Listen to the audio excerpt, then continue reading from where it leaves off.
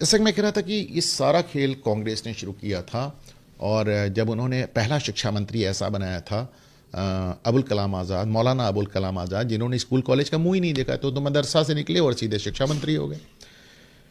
तो उन्होंने साहब वो, और उसके बाद कई मुस्लिम शिक्षा मंत्री हुए। इन्होंने फिर मुगल द ग्रेट, मुगल महान का एक नैरेटिव चलाया। और कांग्रेस जब भी हटती थी या कोई ऐसा एक भी आदमी जिसकी किताबें कोई और सरकार ले आती थी, कांग्रेस वापस आते ही, चाहे आरसी मंजूमदार हो, जदना सरकार हो, इन सब की किताबों को कोर्स से बाहर कर देती थी। तो उनको तो साहब डी एन झा को पढ़ाना था, रोमिला थापर को पढ़ाना था, इरफान हबीब को पढ़ाना था। ध्यान रखिएगा इन नामों को। अभी इन पे फिर लौट के आते हैं। आपने देखा कर्नाटक में इनकी सरकार बनी कांग्रेस की, 1 मिनट में सारा सिलेबस बदल डाला। डीएमके ने तमिलनाडु में सरकार बनाते ही पूरा सिलेबस बदल डाला। पश्चिम बंगाल में तो लेफ्टिस्ट ने वो किया। एक अरुण शौरी ने किताब लिखी जिसका मैं अक्सर जिक्र करता हूँ, लेफ्टिस्ट हिस्टोरियंस करके। This is the book, eminent historians, their technology, their lying and their fraud. यानी कि एक बड़े बड़े इतिहासकार और इन्होंने कैसे छल करके इतिहास लिखा। हिंदी में भी उपलब्ध है। मैं समझता हूँ दिस इज़ वन बुक, ये एक ऐसी किताब है जिसको सबको पढ़ना चाहिए। इसमें वो पश्चिम बंगाल के शिक्षा मंत्री का एक सरकारी आदेश दिखाते हैं, और सरकारी आदेश है कि साहब ऐसी कोई चीज़ ना पढ़ाई जाए जिससे बच्चों को ये समझ में आए कि मुगलों ने हिंदुओं पर कोई जुल्म किया था या कोई मंदिर तोड़े थे। लिखा पढ़ी में ऑर्डर कर रहे हैं, आप सोच कर देखें।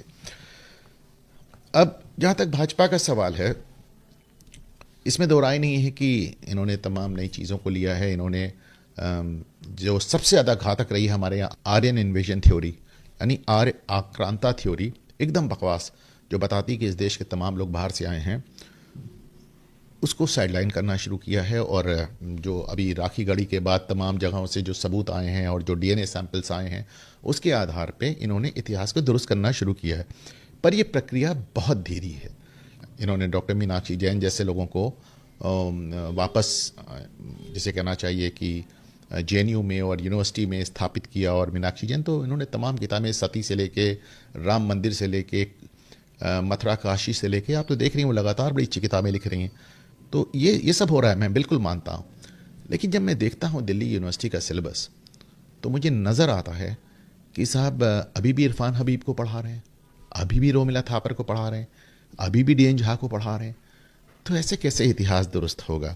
आपको याद होगा कि बीच में जावड़ेकर थे शिक्षा मंत्री, उन्होंने बड़े गर्व से कहा था कि हमने इतिहास में कॉमा फुल स्टॉप नहीं बदला। तो इसके लिए तो हम आपको नहीं लाए ना साहब।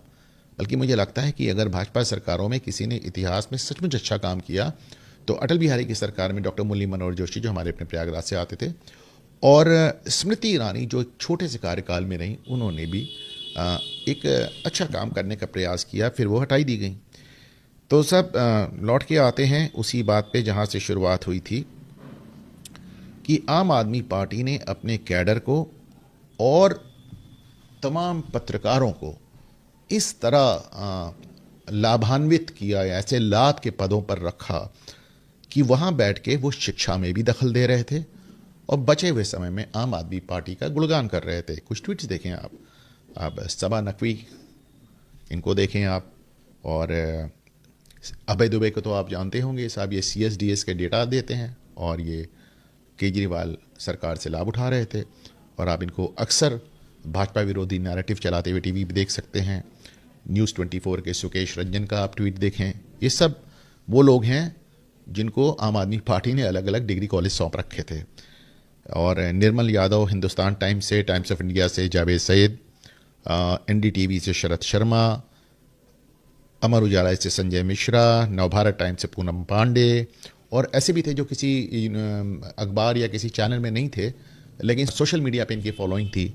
तो विक्रांत यादव, सैयद फैज़ल अली, तो ऐसे तमाम पत्रकारों को आपने डिग्री कॉलेजेस में अपॉइंट करके अपना नैरेटिव भी चलवाया और शिक्षा में भी दखलंदाजी की। इस कार्यक्रम की शुरुआत बशीर बद्र के एक शेर से मैंने की थी, और जैसा मैंने आपको बताया था, संयोग की बात है कि आज उनका जन्मदिन भी है। तो बशीर बद्र का ही एक और शेर याद आता है कि बड़े शौक़ से मेरा घर जला, कोई आँच तुझ पे ना आएगी, ये कलम किसी ने खरीद ली, ये ज़ुबां किसी की गुलाम है।